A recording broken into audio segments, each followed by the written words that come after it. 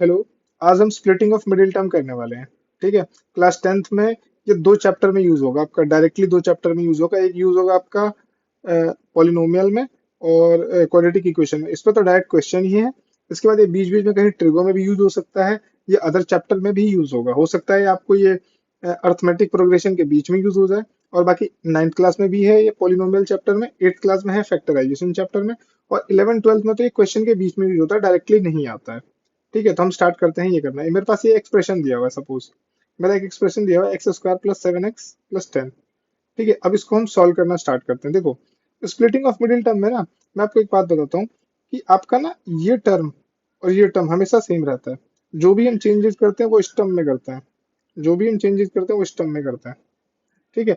हमेशा x² और 10 सेम उतरेगा, यानी ये और ये सेम उतारते हैं, और जो भी चेंज करना होता है इसमें करते हैं। देखो कैसे करते हैं। आप बताओ, x² का कोफिशिएंट क्या है यहाँ पे? 1 है। x का कोफिशिएंट क्या है? 7 है। और ये तो मेरा कांस्टेंट टर्म है। तो इसमें आपको दो चीजें पता करनी है कि आपका मल्टीप्लाई करने पर क्या आ रहा है। आपका मल्टीप्लाई करने पर क्या आ रहा है, आप समझना। आपको दो चीजों पर फोकस करना है। इसको कई जगह टू स्टेप मेथड भी बोला जाता है। तो मल्टीप्लाई करने पे क्या आ रहा है, और ऐड या सब्ट्रैक्ट करने पर क्या आ रहा है। ऐड या सब्ट्रैक्ट एक जरूर होगा, क्योंकि ये जो टर्म है ना, या तो जोड़ने पे आएगा या घटाने पे आएगा। तो मैंने लिखा है पे ऐड करने पे या सब्ट्रैक्ट करने पे क्या आ रहा है, और गुणा करने पर वो आपका टर्म क्या आ रहा है। तो ये चेक करते हैं। हमेशा मल्टीप्लाई चेक करते हैं फर्स्ट टर्म का और लास्ट टर्म का, यानी कि इसका और इसका मल्टीप्लाई चेक करते हैं। यानी कि गुणा करने पे कितना आना चाहिए, 1 × 10, यानी कि 10 आना चाहिए, आपका 10 आना चाहिए।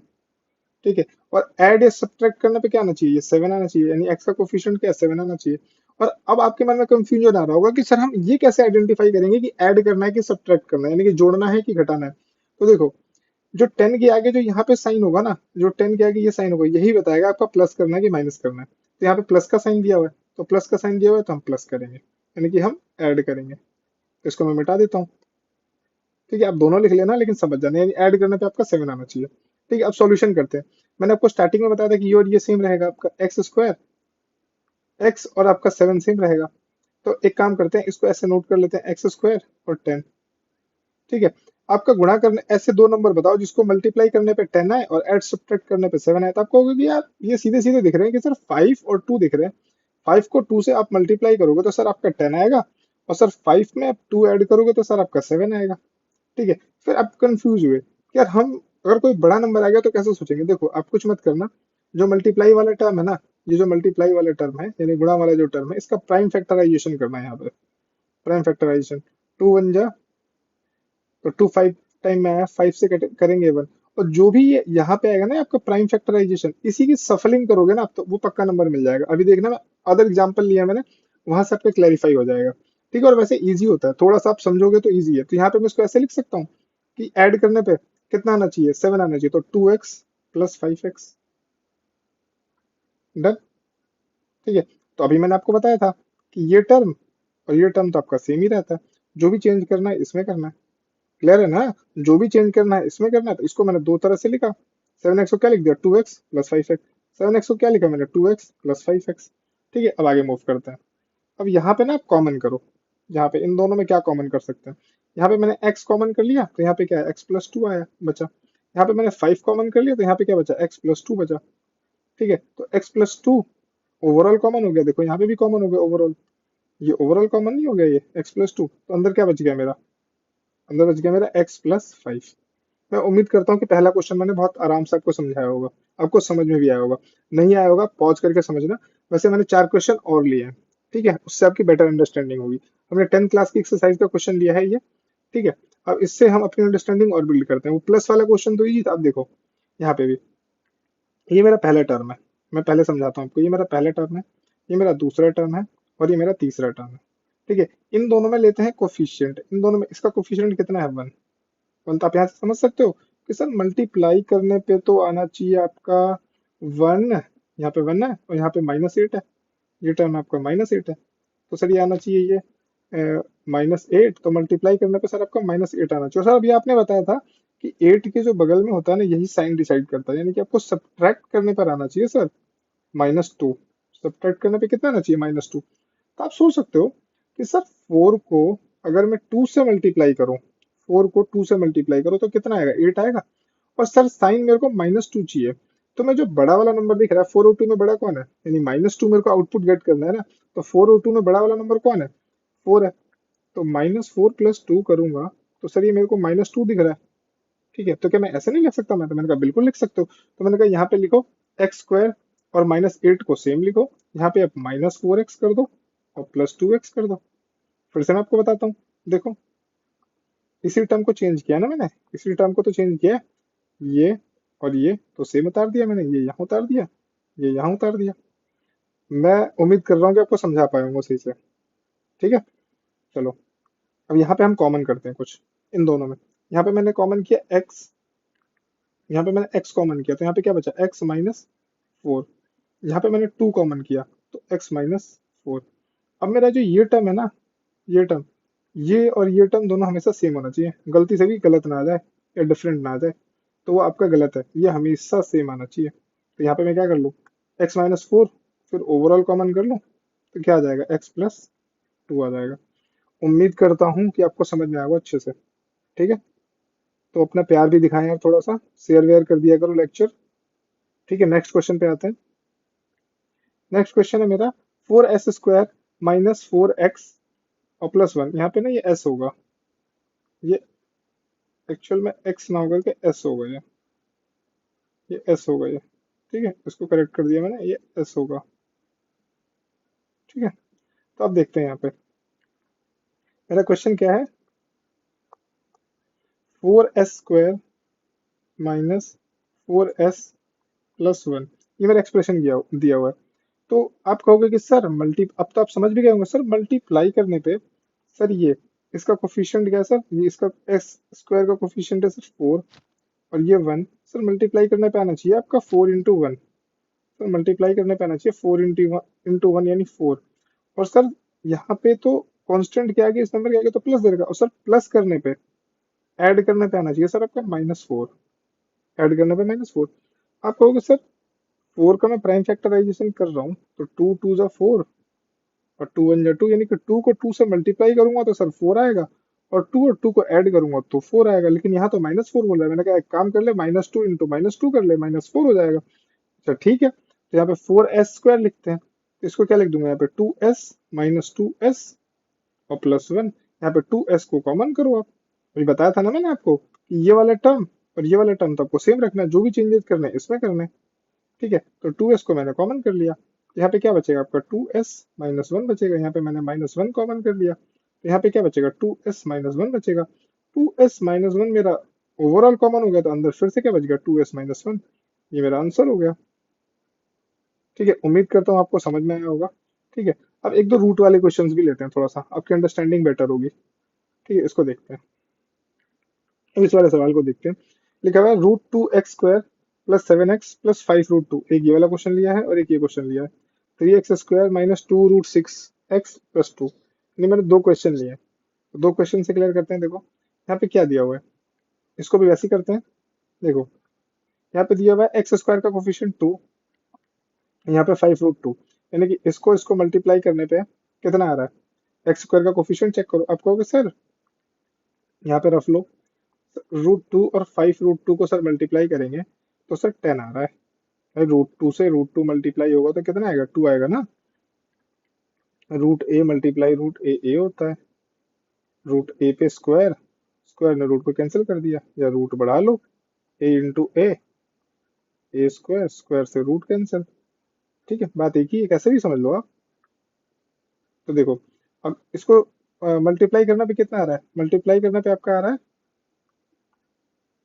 मल्टीप्लाई करने पे आपका आ रहा है √2 × 5 √2, यानी मल्टीप्लाई करने पे कितना आ रहा है आपका, मल्टीप्लाई करने पे आ रहा है आपका 10। ठीक है, मल्टीप्लाई करने पे आपका आ रहा है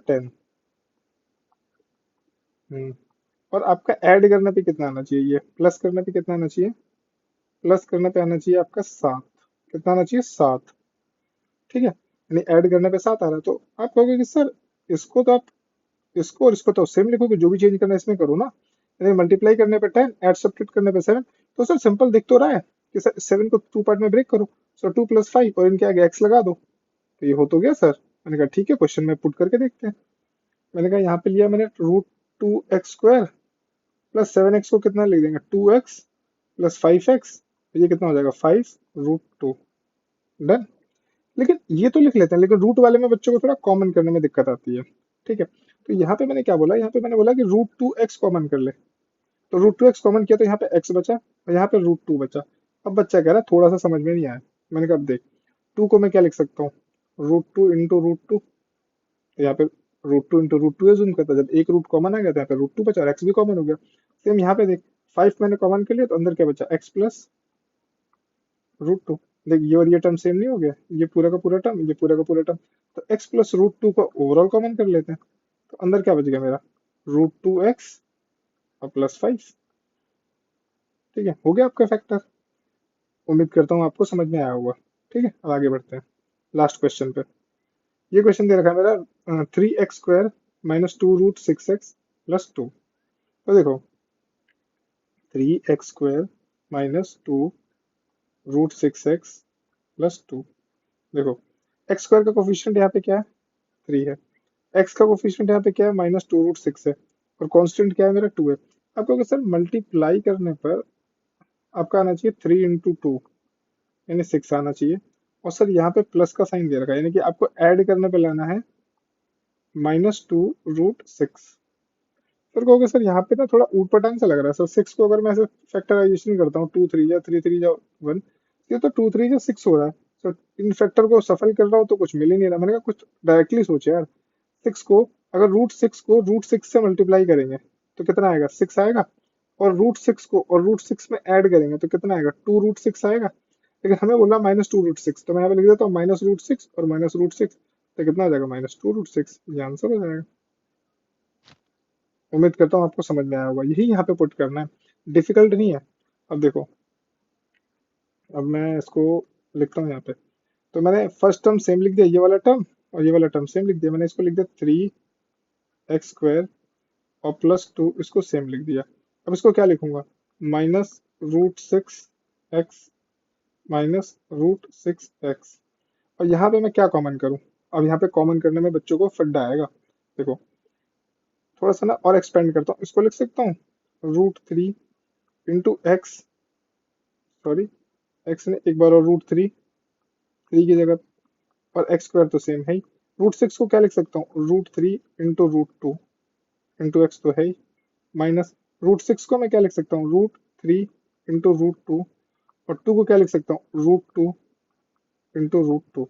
अब इसमें कॉमन देखो, √3 कॉमन आ रहा है, x कॉमन आ रहा है, तो यहाँ पे क्या है, √3x माइनस यहाँ पे ये पार्ट तो बाहर हो चुका था, ये वाला पार्ट बचा, √2 बचा। ठीक है, यहाँ पे मैं क्या कॉमन करूँ, -√2 कॉमन करूँ तो यहाँ पे क्या बच रहा है मेरा, यहाँ पे क्या बच रहा है मेरा, √3x बच रहा है और -√2 बच रहा है। ठीक है, उम्मीद करता हूँ आपको समझ में आएगा। अब ये वाला पार्ट मैं इरेज कर देता हूँ, आपको समझाने के लिए बताया मैंने, ये वाला पार्ट मैंने इरेज कर दिया। ठीक है, तो √3x -√2, यानी कि ये वाला पार्ट ओवरऑल कॉमन हो गया मेरा। ठीक है, तो अंदर क्या बच गया मेरा, √3x -√2। इस क्वेश्चन को मैंने बहुत डिटेल में बताया आपको। ठीक है, बहुत ज्यादा डिटेल में कॉमन लेकर के बताया। ठीक है, आपको एक बार फिर बताता हूँ। जैसे यहाँ पे √6 लिखा हुआ था, तो √6 को हम ऐसे ब्रेक कर दिया हमने, 6 को हमने ब्रेक कर दिया, 3 × 2 में। ठीक है, और ये मल्टीप्लीकेशन के फॉर्मेट में ऐसे लिखा जा सकता है, √3 × √2, यानी कि √a × √b को मैं लिख सकता हूँ रूट बड़ा करके a b। ठीक है, आई होप कि आपको क्लियर हुआ होगा। अब ना ये एक एक्सप्रेशन था। अब इन सब क्वेश्चन में ना आपको कुछ चीज बताता हूँ मैं। अगर ये इक्वेशन के फॉर्म में आएगा तो सबको हम 0 को इक्वल कर लेंगे। लेट से अगर ये इक्वेशन के फॉर्म में होता, ये इक्वेशन के फॉर्म में होगा, तो मैं क्या करूंगा, √3x -√2 को 0 को इक्वल कर लूंगा। ठीक है, और पॉलिनोमियल के फॉर्म में होगा तो भी लास्ट में तो रिजल्टेंट क्या करेंगे, हम 0 को इक्वल कर लेंगे और उसको शो कर देंगे। ठीक है, और कई बार क्वेश्चन में डायरेक्ट दे रखा होगा तो 0 को इक्वल ऐसे कर देंगे, √3x -√2 इक्वल्स टू 0। यहाँ पे कितना हो जाएगा, √3x इक्वल्स टू √2, तो x आ जाएगा मेरा √2 डिवाइडेड बाई √3। ठीक है, यहाँ पे भी आ रहा है √3x इक्वल्स टू √2, तो x आ जाएगा मेरा √2 डिवाइडेड बाई √3। यहाँ पे भी कर सकते हो आप सेम, इस क्वेश्चन में भी निकाल सकते हो, इसको भी 0 के आप इक्वल कर लो, x प्लस √2, मैंने आपको एक्सप्रेशन सॉल्व करना बताया, बाकी जीरो को इक्वल करना तो बहुत ईजी है, एक्स इज इक्वल टू -√2 आ जाएगा ये, नहीं जीरो -√2 तो -√2 होता है, फिर इसको कर लो सॉल्व आप, √2x plus 5 equals to zero, तो ये कितना हो जाएगा, √2x इक्वल्स टू -5, एक्स कितना हो जाएगा, -5/√2। उम्मीद करता हूँ कि आपको अच्छे से समझ में आया होगा, ठीक है। और एक चीज और बोलूंगा यार, लेक्चर को जितना ज्यादा हो सकता है शेयर कर देना यार, सब्सक्राइब भी कर देना, और जितने भी नीडी लोग होंगे उनके तक लेक्चर को पहुंचाओ, ठीक है। अभी हमारे सब्सक्राइबर बहुत कम है, बहुत कम मतलब बहुत कम, अभी चैनल स्टार्ट ही हुआ है, तो जितना हो सकता है उसको उतना शेयर करो। मैं जितने भी इंपॉर्टेंट टॉपिक होगा 10th क्लास के लेकर के, और जितने भी बेसिक मैथ्स जो यूज होते हैं तुम्हारी लाइफ में, चाहे वो हायर क्लास में यूज होते हैं, चाहे 10th में यूज होंगे, और 10th के जितने भी इंपॉर्टेंट टॉपिक है ना, स्कोरिंग आप देख लेना, मैं सारे करा दूंगा, ठीक है। तो उम्मीद करता हूँ कि आप लोग ये लेक्चर को जितना हो सकता है शेयर करेंगे। Thank you, all the best.